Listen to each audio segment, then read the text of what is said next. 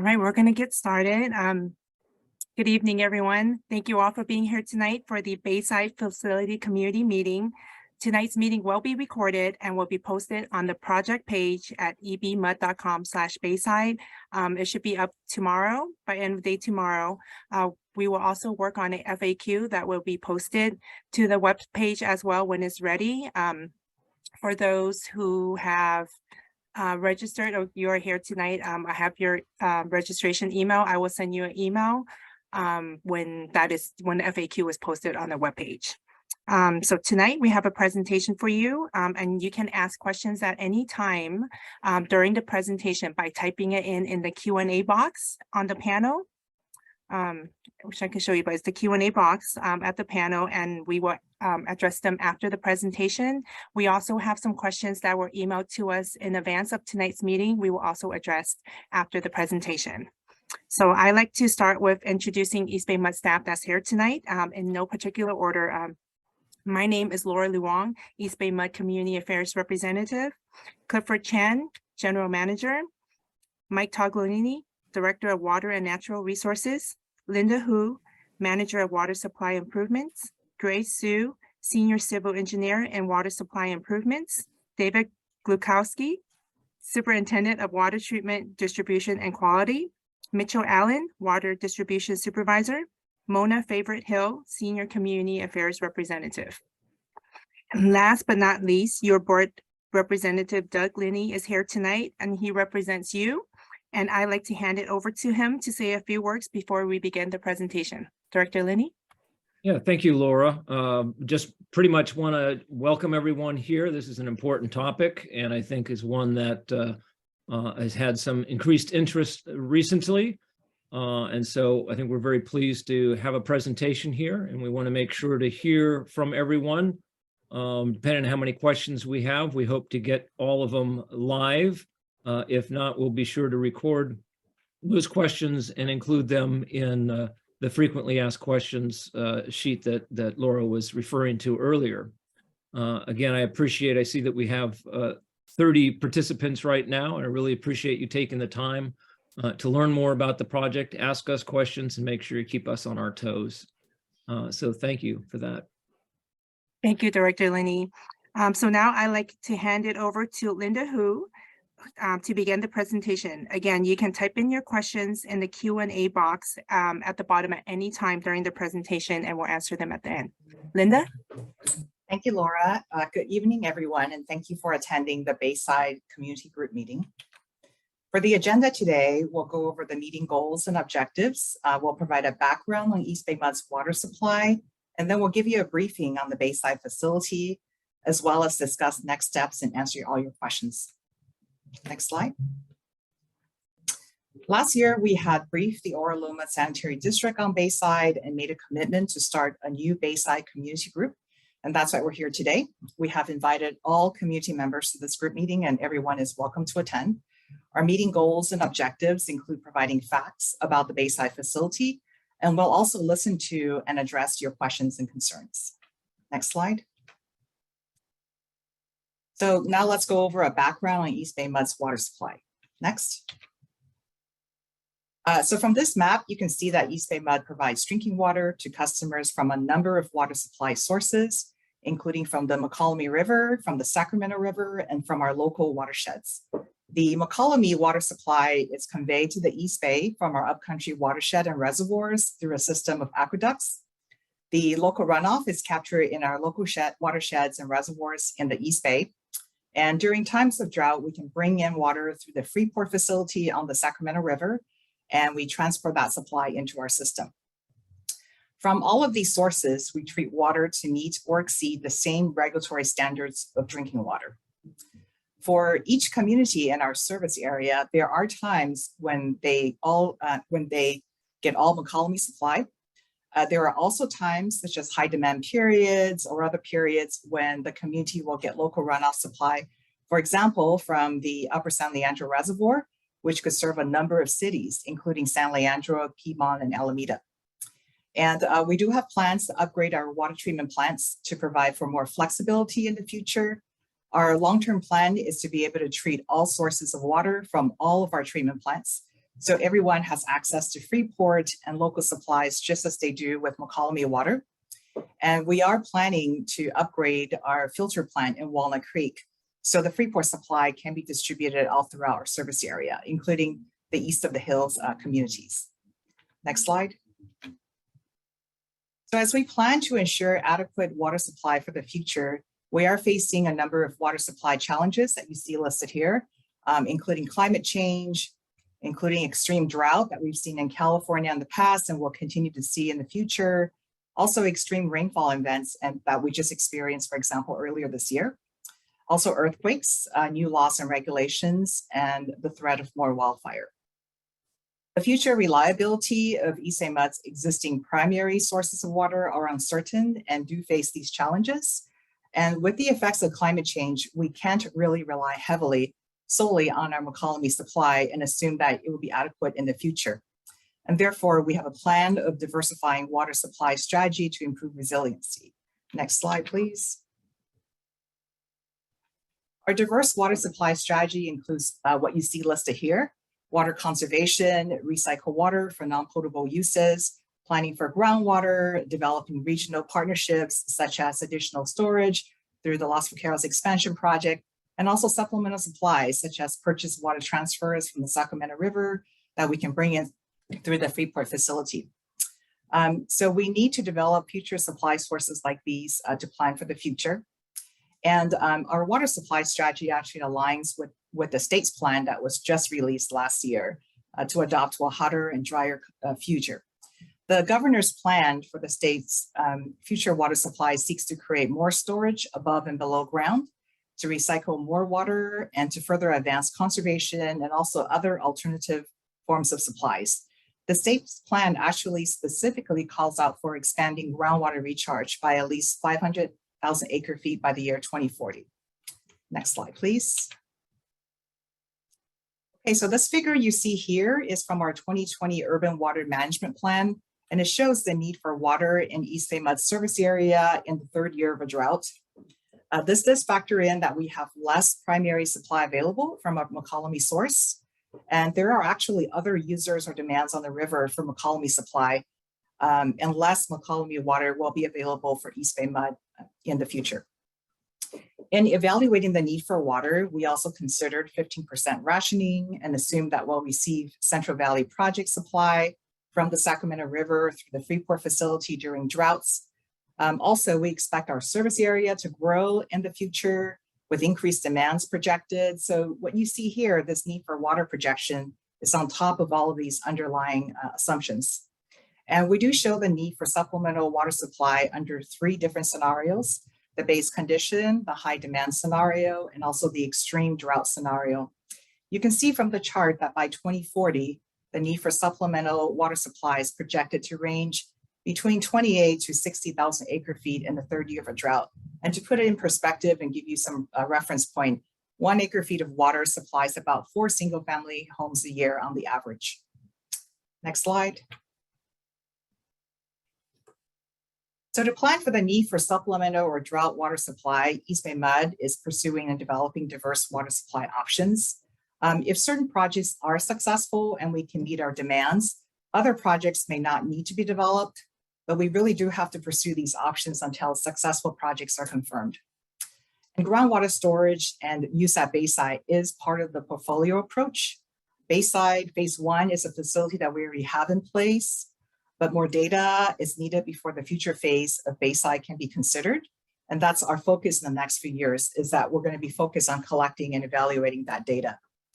Bayside is really the last option right now when considering our supplemental supply sources. It is really viewed as a backup to the backup supplies to be used in very extreme conditions when we're running out of water, essentially.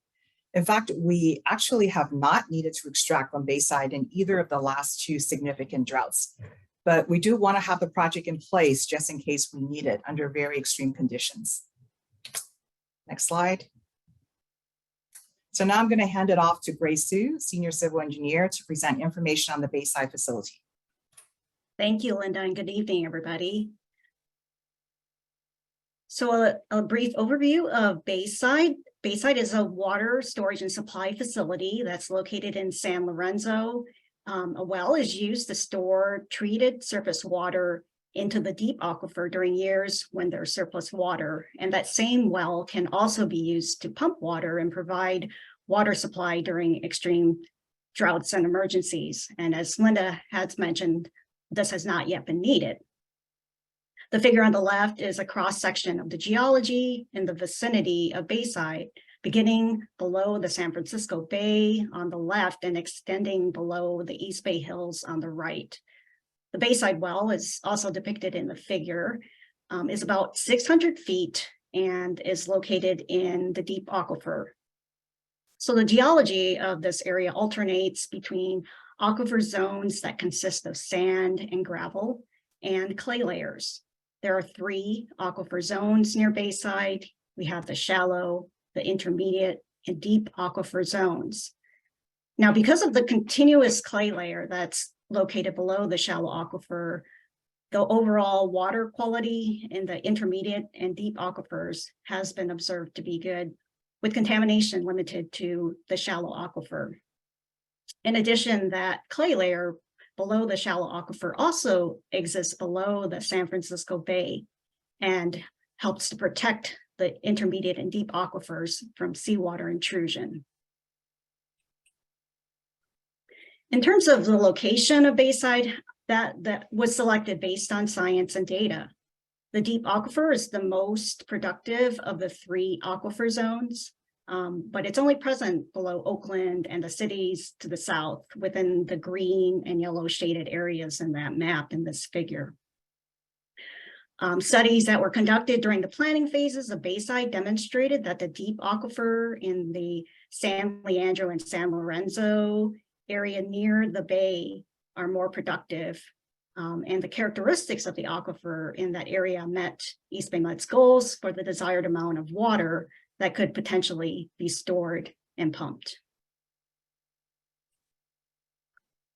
This is an aerial view of the facilities and the location of where the Bayside well is. The Bayside facilities were completed in 2009. There's the Bayside well, along with 4 monitoring wells that are located on a parcel on Ora Loma Sanitary District's property. That's shown in that smaller shaded, light green shaded area there. The Bayside well is shown in the green circle. So EBMUD is leasing that property from Ora Loma, but that lease does expire next year in August of 2024. The other related Bayside facilities include a water treatment facility and an X-sensometer, and that's a device that monitors land subsidence. Those facilities are located on EBMUD's property, located adjacent to Ora Loma, shown in the light blue shaded area. So in terms of operations, the capacity of the Bayside well for injection is up to 500,000 gallons per day. As far as extraction, it can extract up to 2 million gallons per day. And that would be over a 6-month period, up to a 6-month period during an extreme drought. In terms of how much water has been injected and stored into the aquifer, we have injected about 18 million gallons between 2017 and 2019. Those were surplus water years. And already mentioned, we have not needed to extract for droughts or emergencies yet. In addition, we still need a permit from the Department of Drinking Water in order to extract from the well. And as Linda had mentioned, this is really our sort of last resort during need for supplemental water supply. So it could be used in a 3rd year or beyond of a drought. We have also been monitoring for groundwater levels, water quality, and land subsidence since the facility was completed in 2009. We have been monitoring groundwater levels and water quality in the network of 22 wells, and those are located up to 4 miles away. A subset of those wells are monitored for water quality. land subsidence is being performed in cooperation with USGS. And I'll step through what each of these data looks like in the next several slides. So in terms of groundwater elevation monitoring, we have been monitoring and taking manual measurements quarterly, and in a subset of the wells, we have also been collecting hourly data using pressure transducers. An example of the groundwater elevation data that's collected is shown in this plot. This is from a deep monitoring well nearby to the Bayside well, and shown from a time period from 2011 through 2022, which overall shows that the groundwater elevations are on average relatively stable. We do see seasonal variations, which is typical for groundwater elevations, along with some effects of pumping from other wells from the deep aquifer. So in terms of water quality, we also have been collecting water quality from the Bayside well itself, along with select monitoring wells. This table here presents results of the water quality collected from the Bayside well, along with water quality from our Orinda water treatment plant, so that's surface water, along with the Upper San Leandro water treatment plant. And both of those water treatment plants serve the San Leandro and San Lorenzo area. So those water quality results are presented in those three last right columns to the right in the order of Orinda, USL, and then Bayside is on the far right.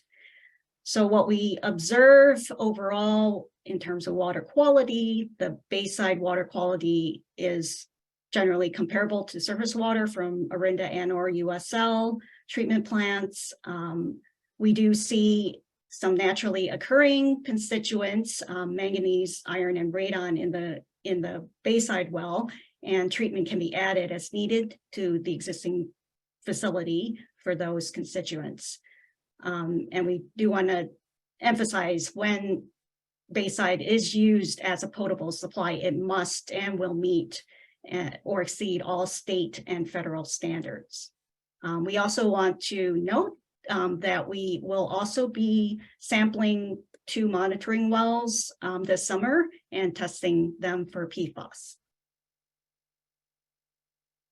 So land subsidence monitoring has also been ongoing since 2008. It's being managed by the U.S. Geological Survey, and it's being monitored using an extensometer. This is a device that monitors land subsidence and accurately measures the amount of compaction and expansion of the aquifer at specific depths. So there's been no concerns observed with land subsidence to date. You can see some seasonal variations in the data, but overall, it has essentially been flat over time. So in terms of where, if Bayside were to be operated during a drought, where would the water supply go? This is a map of where the water would be distributed. And again, keep in mind, this facility would only be used, during the 3rd year or beyond in an extreme drought. And, when there's no other options available and we don't have other, we need it to meet demands. So this figure shows that the estimated area that receives Bayside water is about 2 to 4 miles away from the facility. And it receives that area receives between about 5% to 100% of the water when it's in operation. The area that receives 100% of the water is about 1.5 miles from the well. And again, just want to emphasize that when water is used for potable purposes, the water will be treated and water quality will meet or exceed all state and federal standards. The water quality would be similar to what this area is already receiving from the USL water treatment plant.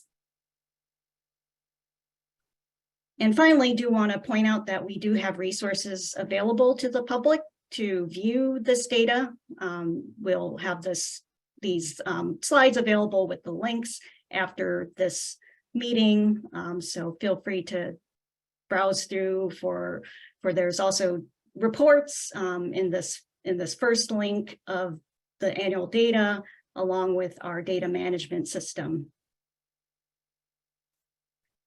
So in terms of next steps, we are evaluating possibly recharging or storing water using Bayside later this year. We are also planning for a replacement Bayside well on the nearby East EBMUD property. We want to continue community engagement at least annually with the local communities and the Bayside community group. And we want to continue to evaluate our overall water supply portfolio. And with that, we will take your questions. Thanks. Excuse me. Thanks, Grace. So you can type in your questions in the Q&A box. I do have some questions already emailed in that we can start with. And of course, if you think of questions after this meeting, you can always email us at baysidefacility@ebmud.com, and we can answer questions well after this meeting as well. So I'll get started. First question we have is, I live along the bay.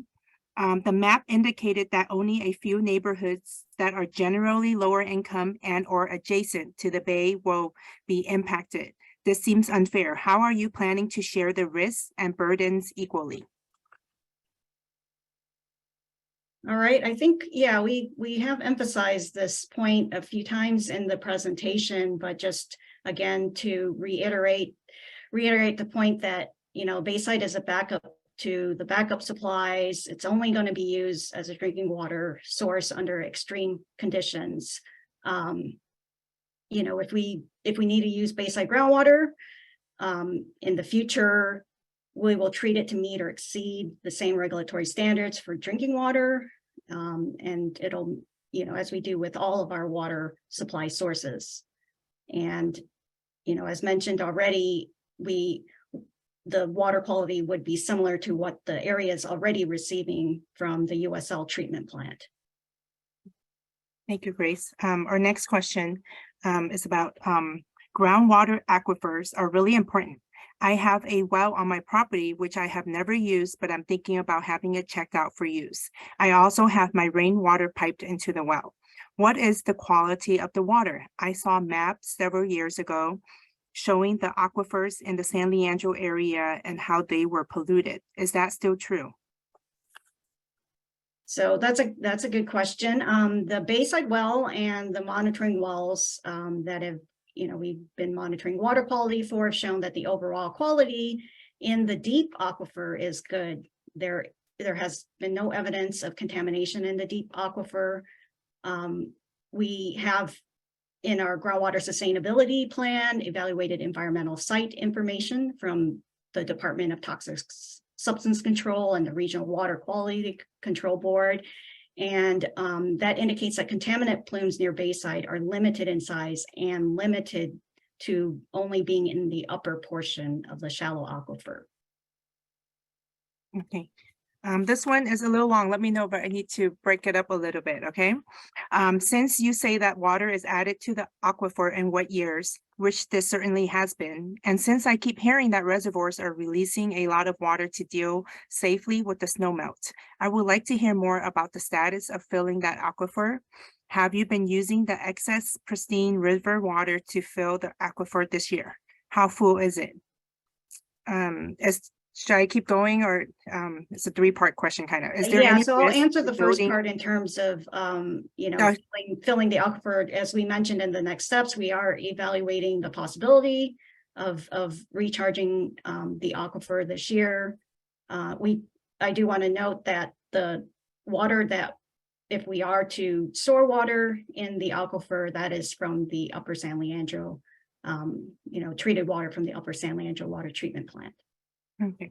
Is there any risk to buildings over this reservoir as the aquifer is filled? Will this cause land to rise?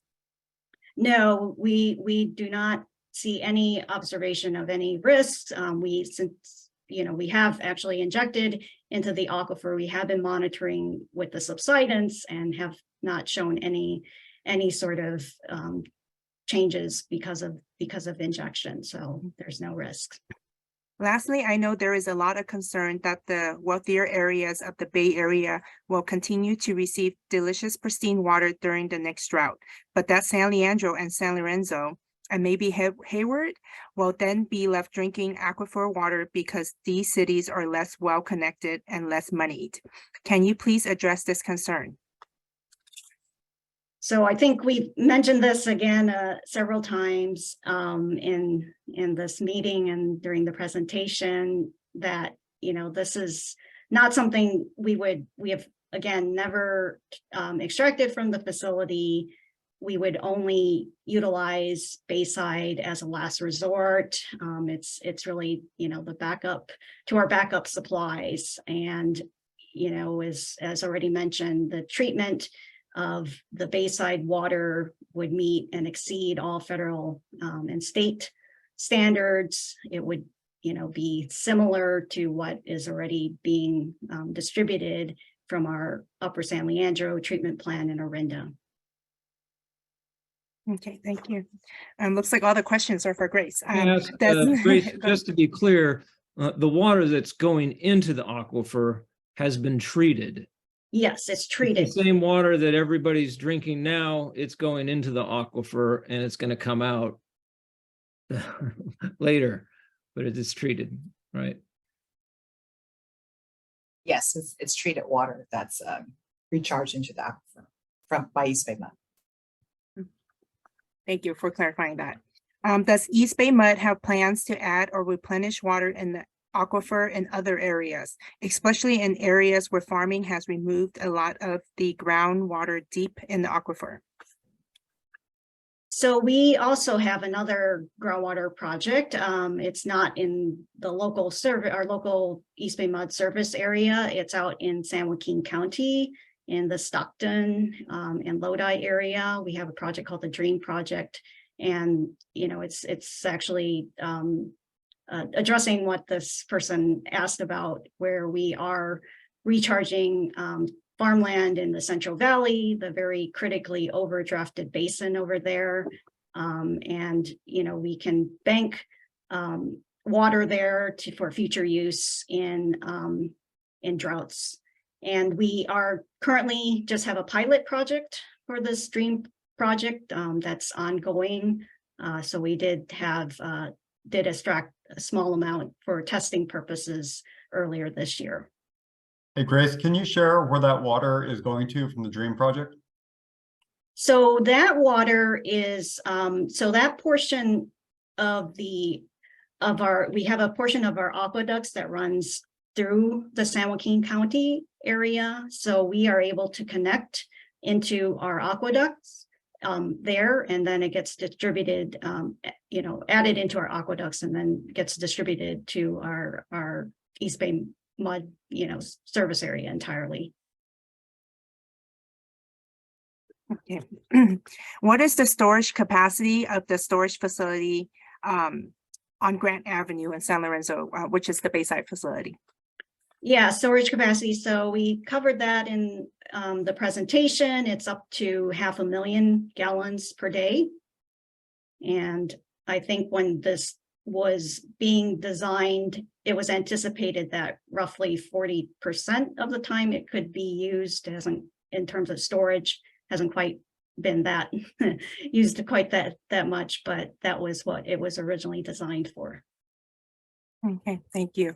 Now we're gonna, that wraps up all the questions that were submitted in advance. Thank you everyone that submitted them. Now we're gonna move on to the questions that folks have typed in during the presentation. So this one is, how and when were the aquifers initially discovered? Well, this East Bay Plain groundwater subbasin, actually the use of groundwater has been for hundreds of years. That's where a lot of the water originally came from pre-East Bay mud, was local groundwater, local surface water. So these aquifers have been known to exist for a very long time. Okay, thank you. The next question we have, we're going to answer them in the order received, just so everyone knows. When surface water runoff is pumped into the aquifer, is there a risk of introducing pesticides, herbicides, street oil, etc.? Does the water have to be filtered, treated before pumping? Yes, and we talked about that a few minutes ago, that we only inject treated surface water into the aquifer. So there is no risk of any type of contaminants, because that's the same water we are delivering to our customers. We pride ourselves in having high quality water, and that same water is being injected.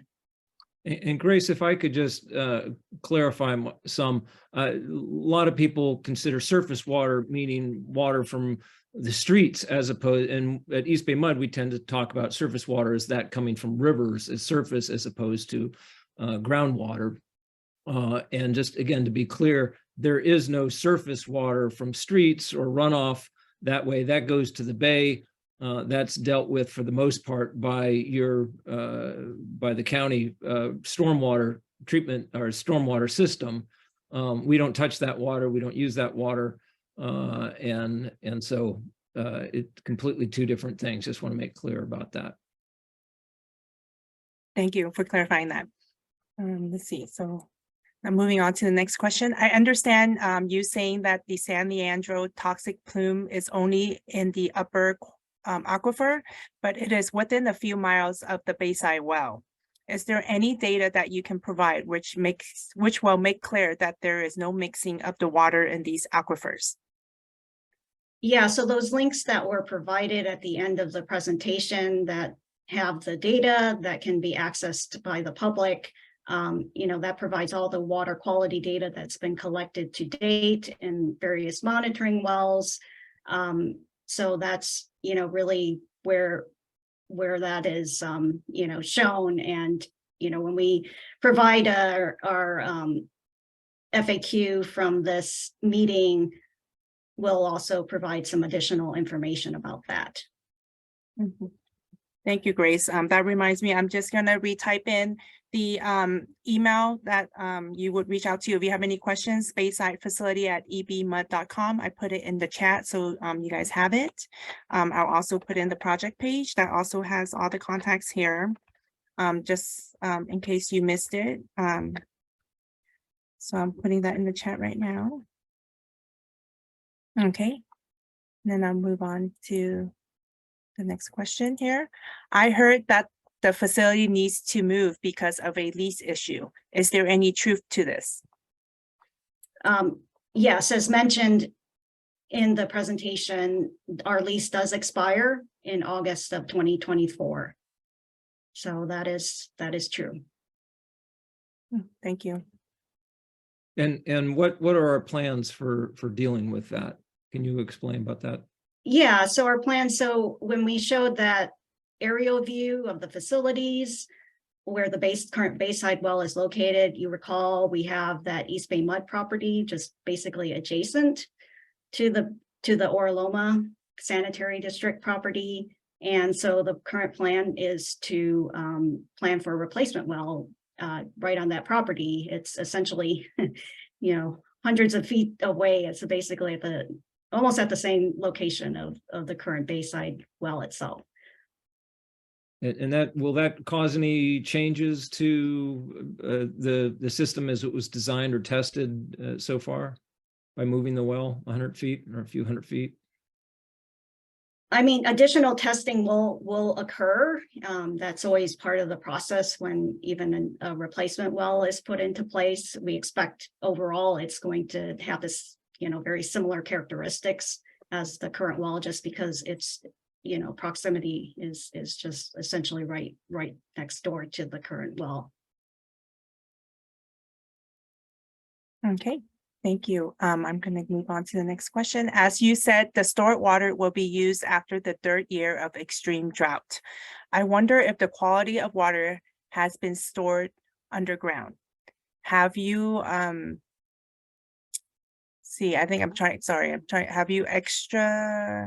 you maybe done, I'm Oh, trying to interpret additional this, done testing for drinking every year, probably water injected to underground for years, and we have not injected or extracted for replace new fresh water.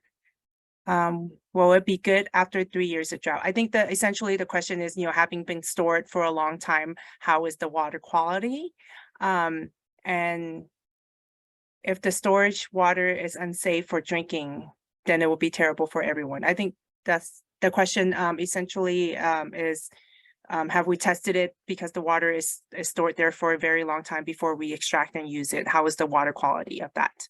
Yeah, so as also mentioned during the presentation, we have been testing the well water quality annually, and have found that it, is overall good quality.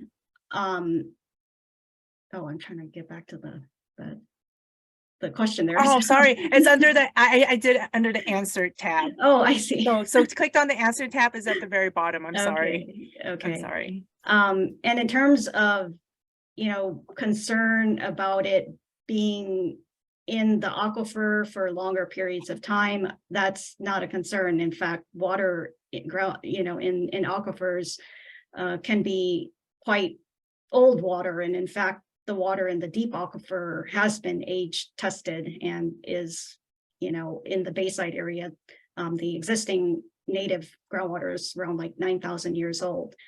So there's, the concern of aging of water in an aquifer is not an issue, but you always have to test and monitor for water quality. That's really always a critical element, knowing to know that you have what your water quality is and what kind of treatment you need. Thank you, Grace. It looks like the deep aquifer Bayside uses is clearly far from the bay. Will changes in the bay have any effect on the deep aquifer? Yeah, so that's a good question. And, as shown and discussed in the presentation, looking at the geology of, the aquifer, we have that clay layer that's, below the San Francisco Bay, and below the shallow aquifer. And there's also, in addition, another clay layer, between the intermediate and the deep aquifer. So in terms of impacts, like seawater intrusion or sea level rise, we, have that protection of the clay layer for the deep aquifer. So we're not expecting any impacts. Okay, thank you. The next question is, have you tested the radon? Well, is it safe for drinking? Will it be safe for drinking? Yes, that's one of the parameters that we do test for when we do monitor for the water quality at Bayside. That's in that table in the presentation. And as mentioned, we would treat, as needed, radon, manganese, and iron. Thank you.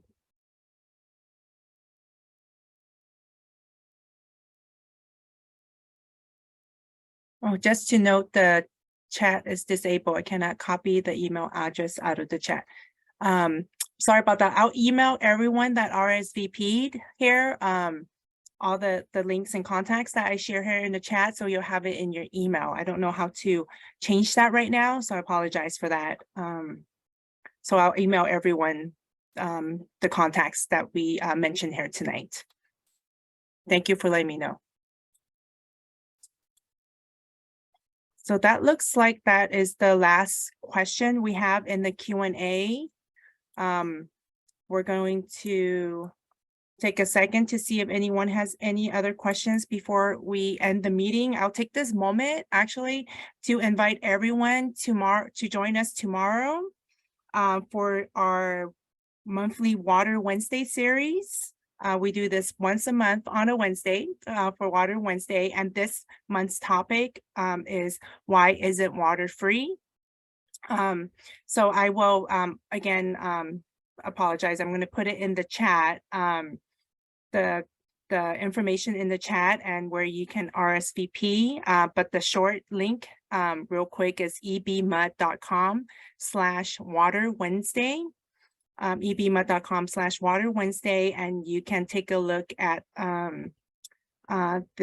the topic for tomorrow, and you can also register for the meeting. It's tomorrow evening at 6 p.m. and you could join us there. I will add the information in the chat now.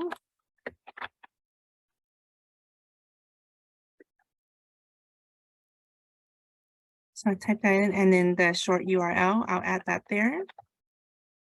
Just so you know, Laura. And if you cannot make it, like this meeting tonight, it will also be recorded and posted on our website for you to view at a later time. Laura, there's another question that just popped in. Okay, thank you. I'll move on to that. As East Bay MUD customers, what can we do to protect and conserve our water supply? I'll I maybe can, have somebody else chime in. Yeah, Grace, it's a general one. I can kind of try to take that on. Others feel free to add to it. So I would say you kind of put it, the answer is actually in the question itself. I mean, as a customer, do what you can to conserve our precious water supply. So we have a lot of great information on our website on different ways you can conserve water.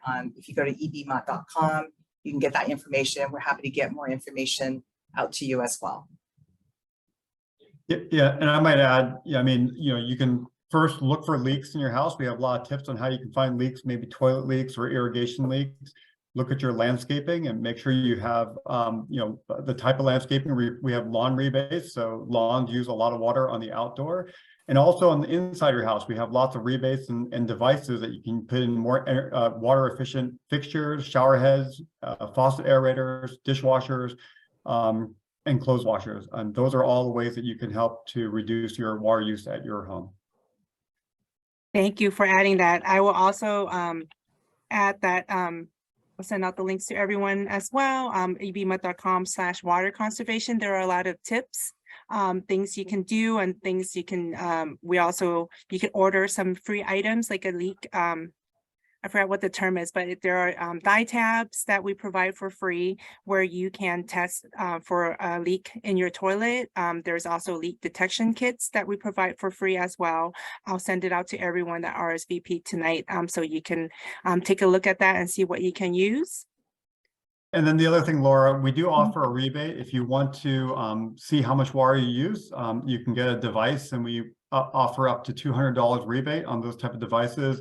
One of them that, I'm not advocating or promoting any particular company, but I use a flume device at my house to see how much water I use at home, and it works very well. Mm-hmm. Thank you. Yeah, we do have a lot of resources, and if you email us at Bayside Facility, you can ask us general questions too, and I'll connect you to an expert in any of the topics you have questions about. And then I'll type in that quick link real quick. And we have another customer that actually chimed in and helped us answer the question as well. And they said one of the best thing we can do is take out our front lawn and put in California native garden. That's right. That's one of the great way to reduce your water use. East Bay MUD also offers a rebate for you when you take off lawn. So you can work with us, and we do provide a rebate for that as well. Thank you so much for adding that.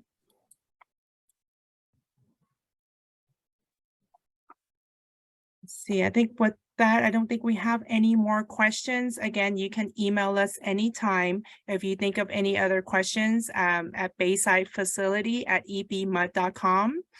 We will gather the questions that have been asked tonight and create a FAQ document that will be posted at the Bayside webpage. And again, I will email everyone that registered for this meeting and opt into emails when that is posted online. This recording will be posted by end of day tomorrow. So if you know anyone that mentioned that they missed it, it will be posted online tomorrow and they can view that. Let's see, we do have a comment that just popped in. EBMUD should limit or control the limit for every house. I think control the limit of water use for every house. I think that's something I think that had been brought up before, but it is very challenging because due to our service area, there are different sizes and the number of people in each home is different. So that's very hard for us to do, but I appreciate that suggestion. Okay, I think that wraps it up for tonight. Thank you all for being here tonight. We'll hear from you. You'll hear from me soon when I send updates when things have been posted. Thank you again. Have a good night. Thank you, Laura, for moderating. Great job. Oh, what was that? You were on mute when you said something. I said great job moderating, Laura, and thank you, Grace and Linda and everyone else for making this happen. And I appreciate our customers being part of this and asking some really great questions. So thank you. That makes us smarter to know what is on your minds and how to address those and make sure that you're feeling safe and secure in the water, quality of the water that you're getting, and the reliability of the supply that we're providing. So have a good evening. Good evening. Thank you. Thank you, Laura. Thank you. Thank Thank you. you.